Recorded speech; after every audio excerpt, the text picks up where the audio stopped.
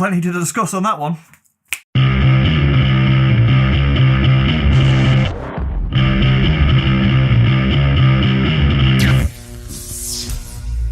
Hi guys, welcome to P-Myth Gaming. Nintendo have just dropped a pretty massive Pokémon Direct on us. I've got to admit, going into it, I thought that we'd maybe get a detailed look at Pokémon Home, maybe something about raid battles, and maybe some minor updates, but that would be about it. Oh, how wrong I was. They kicked things off with a rather pretty looking remake of Pokémon Mystery Dungeon Rescue Team, which I'll probably check out considering there's a free demo on the eShop, and then spent the following 18 minutes detailing a massive batch of paid DLC coming to Pokémon Sword and Shield.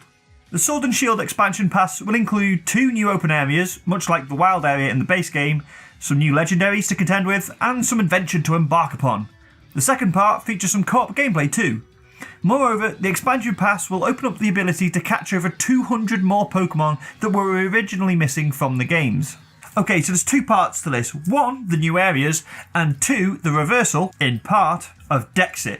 But before we get into the revival of a good chunk of the National Dex, let's discuss the new areas first.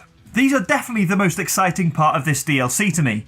Having picked up Pokémon Sword over Christmas, thanks mum, and now spent some time with the game, my biggest frustration is, having experienced the wild area, going back to the static linear arrangement of the towns and routes. So the fact that these 2 new islands are going to be open, free roaming spaces is fantastic. That's exactly what I want from a home console Pokemon game, and the fact that we didn't get that in the main game is the biggest disappointment for Sword and Shield. At least for me. The fact that both of these DLC areas are the more open, free roaming Pokemon rather than the more traditional linear fare gives me hope that Gen 9 may finally be that open world Pokemon game that we've dreamt about for years. In the meantime though, I am happy to take more of it in Sword and Shield. Okay, with that out of the way, let's talk Pokemon. The DLC, as I mentioned, will see over 200 Pokemon added to the Galarian Pokédex. Now, some of these will obviously be the new legendaries detailed within the Direct, but it kinda looks like the vast majority of them are going to be returning favourites. This isn't quite a reinstatement of the National Dex that a lot of fans are calling for. It will still leave a hefty chunk of 300 or so Pokemon unobtainable, but it definitely feels like a step towards addressing the concerns of fans who are unhappy about the omission of so many Pokemon in the first place. Now, there's a fair few people out there crying foul still, claiming that these new Pokemon are effectively locked behind a paywall, but you will still be able to obtain them via trading or via the new Pokemon Home service, launching in February, thanks to a free update available to everyone. So if you don't want to shell out for the DLC, you will still be able to obtain these Pokemon. The data will still be there, you just won't be able to catch them in-game. Much like every other gen before this one. I've mentioned in previous videos that I don't think Dexit is the biggest problem with Sword and Shield, and frankly, I'm finding the prospect of having to find another 200 odd Pokemon to complete my Pokédex kind of intimidating. But there's no getting away from the fact that this is a solid, positive, fan-pleasing move from Game Freak.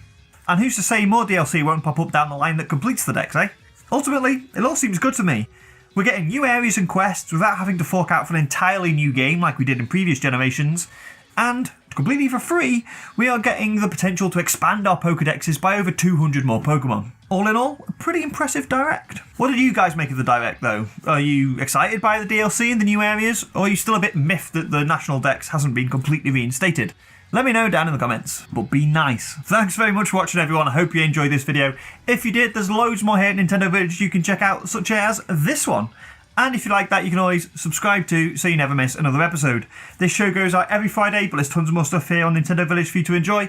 And be sure to check out the nintendovillage.com for news, reviews, podcasts, features, and all that cool jazz.